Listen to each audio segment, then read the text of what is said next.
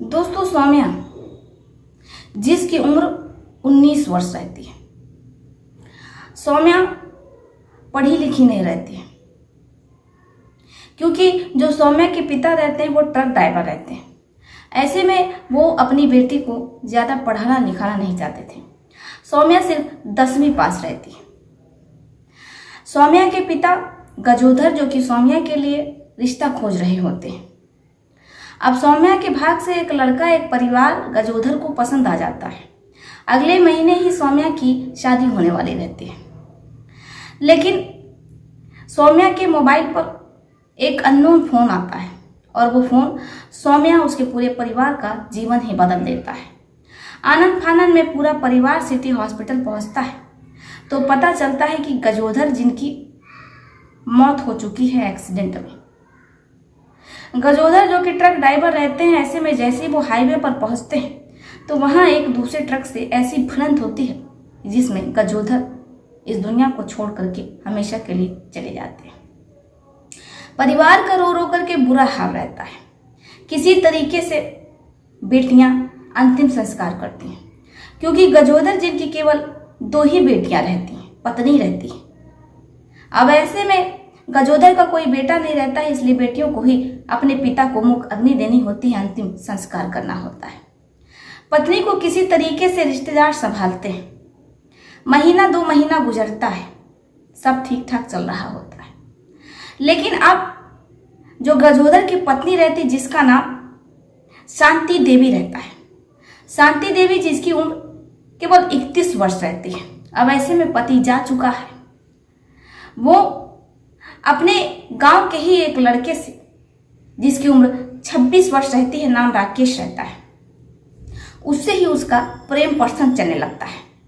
और ये प्रेम प्रसंग अब बिस्तर तक पहुंच जाता है, यानी कि अब दोनों के बीच संबंध बनने लगता है। यहां तक भी मामला सब कुछ बिल्कुल ठीक रहता है। लेकिन एक दिन तो शांति देवी और उसका प्रेमी राकेश हद ही पार कर देते हैं, क्योंकि वो लोग मंदिर में जाकर के शादी ही रचा लेते हैं। जैसे ही ये बात पूरे गांव में, पूरे समाज में फैलती है तो थू थू होने लगती है कि 2 जवान बेटियों की मां, जिसे खुद अपनी बेटियों की शादी करनी चाहिए, वो खुद ही दुल्हन बन के बैठ गई है। पूरे रस्मों रिवाज से शांति देवी की शादी राकेश से होती है, क्योंकि राकेश के परिवार वाले शांति देवी को इसलिए अपना लेते हैं क्योंकि उन्हें पता था कि शांति देवी की जो दोनों बेटियां हैं, कल को वो अपने ससुराल चली जाएंगी। ऐसे में जो प्रॉपर्टी है, कई बीघा खेत है, वो उनके बेटे राकेश का ही हो। इसलिए परिवार नई नवेली दुल्हन को लाता है। सभी रस्में होती हैं, जैसे सुहागरात होती है, सारी चीजें वैसे ही होती हैं नई नवेली दुल्हन की तरह, 2 बेटियों की माँ के साथ। किसी तरीके से 1 साल का समय निकलता है, लेकिन माँ जो अपनी बेटियों से कोई मतलब नहीं रखती, वो पूरे तरीके से अपने पति और ससुराल वालों की सेवा में लगी रहती है। वो ये भूल जाते हैं कि इससे पहले भी उसकी शादी हुई थी, पहली शादी से उसकी 2 बेटियां थी। वो ये सब कुछ भूल चुकी थी, क्योंकि अब शांति देवी, जो कि राकेश के बेटे की मां बनने वाली रहती है, क्योंकि शांति देवी जो कि गर्भ से रहती है। अब ऐसे में शांति देवी सब कुछ भूल चुकी थी कि उसकी 2 बेटियां हैं, उनकी भी जिम्मेदारी उसे निभानी है। वो तो अपने ही ग्रस्त जीवन में इस तरीके से उलझ चुकी थी कि वो भूल गई थी कि गजोधर ने उससे ये वचन लिया था कि उसकी दोनों बेटियों की शादी अच्छे से अच्छे घर वो करेंगी। अब गजोधर वो तो इस दुनिया से चले गए, लेकिन उनकी बेटियां जो अब दर दर की ठोकरें खा रही थी, क्योंकि शांति देवी की सास दोनों बेटियों को घर से निकाल देती हैं। दोनों बेटियां, जिन्हें कुछ समझ में नहीं आता है कि वो जाए तो कहाँ जाए, करे तो क्या करे। लेकिन जो राकेश रहता है, जैसे ही अंधेरा होता है, वो दोनों बेटियों को शांति देवी की ले आता है। लेकिन यहां पर उसके मन में गजोधर की, यानी कि शांति देवी की दोनों बेटियों के लिए कोई प्रेम नहीं जागा था, कोई हमदर्दी नहीं थी, बल्कि उसके मन में तो ऐसे विचार आए थे, क्योंकि उसकी पत्नी पेट से थी। इसलिए वो शांति देवी की दोनों बेटियों के साथ वो सारी चीजें करने लगता है जो कि वो शांति देवी के साथ किया करता था। अब जो दोनों बेटियां रहती हैं, जिनमें से एक का नाम कंचन रहता है और दूसरे का नाम राधिका रहता है, उन दोनों को कुछ समझ में नहीं आता है कि वो करे तो क्या करे, क्योंकि हर दिन राकेश उनके कमरे में जाता और दोनों बहनों के सामने बारी बारी से ये सारी चीजें होती रहती। दोनों बहनें जो एक दूसरे के आंसू पोंछती, वो अपनी माँ के पास जाती, बताने की कोशिश करती, लेकिन माँ कहती कि देखो अब मेरी उनसे शादी हो चुकी है, मैं उनके बेटे को जन्म देने वाली हूँ, ऐसे में मैं तुम लोगों की कोई सहायता नहीं कर सकती हूँ, तुम लोग अपना समझ लो, देख लो, वैसे भी तुम लोग बड़ी हो चुकी हो। अब एक माँ जब अपनी बेटियों का साथ नहीं देती है, बेटियां पहले से ही टूट चुकी थी क्योंकि उनका पिता इस दुनिया में नहीं, और अब माँ भी उनके इतने बुरे समय में वो उनका साथ नहीं दे रही है। बेटियों को कुछ समझ में नहीं आता है, इसलिए वो थाने जाती है और थानेदार को पूरी बात बता देती है। अब जैसे ही थानेदार ये सुनता है तो वो राधिका और कंचन की मदद करने के बजाय वो उन लड़कियों को अपने क्वार्टर पर बुलाता है।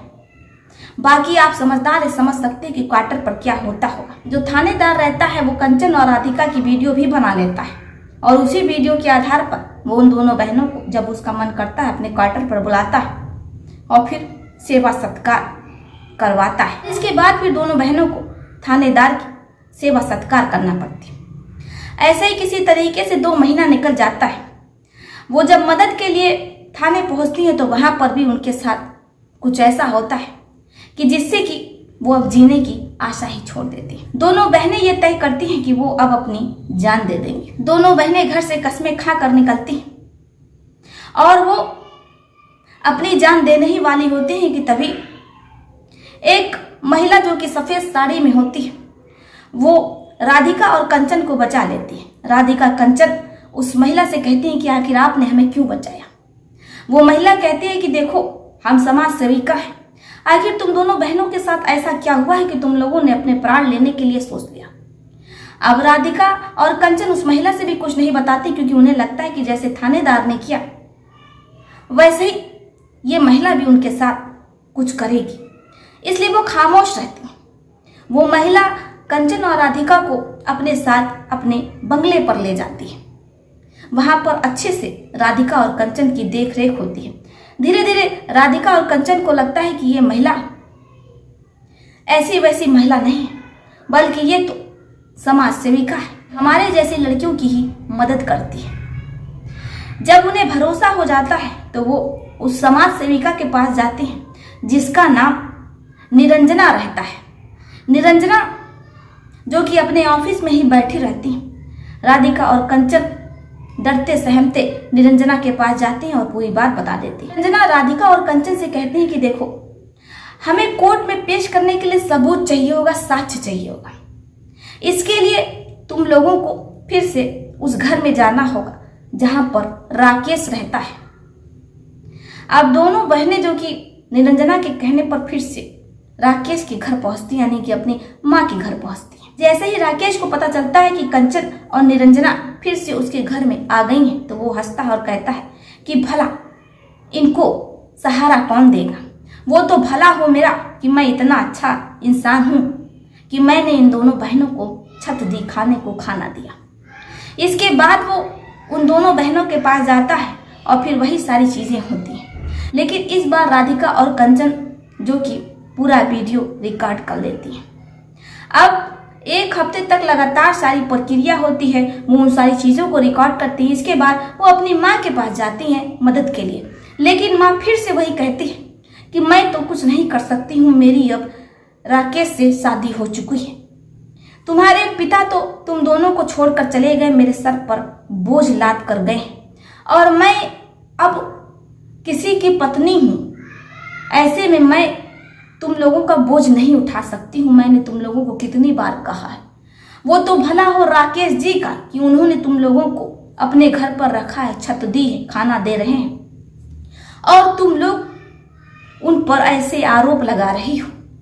जब बेटियां ये सुनती हैं तो अपनी माँ को वीडियो भी दिखाती हैं, लेकिन वीडियो देखने के बाद भी शांति देवी कहती हैं कि अगर ये वीडियो तुम लोगों ने किसी को भी दिखाने की कोशिश की तो फिर तुम दोनों के लिए अच्छा नहीं होगा, क्योंकि अब मेरा वैवाहिक जीवन है और ऐसे में अगर मेरे पति को सजा हो गई तो फिर मेरा क्या होगा। कुछ ही दिनों में मैं माँ बनने वाली हूँ। तुम लोग क्या मेरे बेटे से पिता का साया छीनना चाहते हो। जब बेटियां ये सुनती हैं तो वो बिना कुछ कहे अपनी माँ के यहाँ से चली जाती हैं सीधा समाज सेविका निरंजना के पास। अब निरंजना देवी के पास राकेश के खिलाफ भी साक्ष्य होता है और राधिका कंचन की मां शांति देवी के खिलाफ भी। अब दोनों के विरुद्ध जब साक्ष्य मिल जाता है तो निरंजना सीधे कोर्ट पहुंचती है। वहां मुकदमा दर्ज होता है। साक्ष्य के तौर पर वीडियो जज को दिखाया जाता है। इसके बाद जज साहब शांति देवी और उसके पति राकेश को कठोर से कठोर सजा देते हैं। शांति देवी जो कि जेल में ही कारावास में ही अपने बेटे को जन्म देती हैं। शांति देवी तो 5 साल बाद छूट जाती हैं, लेकिन राकेश जिसे लगभग 11 सालों की सजा होती है। तो देखा ना आप लोगों ने किस तरीके से एक महिला का जो चरित्र होता है अगर वो सही ना हो तो फिर किस तरीके से जो परिवार होता है, जो संयोजन होता है परिवार का नियोजन, वो किस तरीके से बिखर जाता है। एक हंसता खेलता परिवार गजोधर का, उनकी 2 बेटियां, पत्नी शांति देवी, लेकिन उनके इस दुनिया से चले जाने के बाद किस तरीके से उनकी बेटियों का जीवन बर्बाद हो गया केवल उनकी मां के कारण। बाकी आपका इस पर क्या विचार है? फिर यहाँ पर किसकी गलती रहती है? शांति देवी की, राकेश की, गजोधर की, या फिर गजोधर की बेटी राधिका और कंचन की? समाज सेविका निरंजना ने जो ठोस कदम उठाए, आप लोग उस पर क्या प्रतिक्रिया देंगे?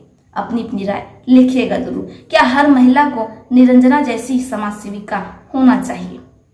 लिखिएगा जरूर। तो चलिए फिर चलते मिलते हैं आपसे किसी और कहानी में। तब तक के लिए आप अपने परिवार का ध्यान रखिए। आदाब, सत श्री अकाल, नमस्कार।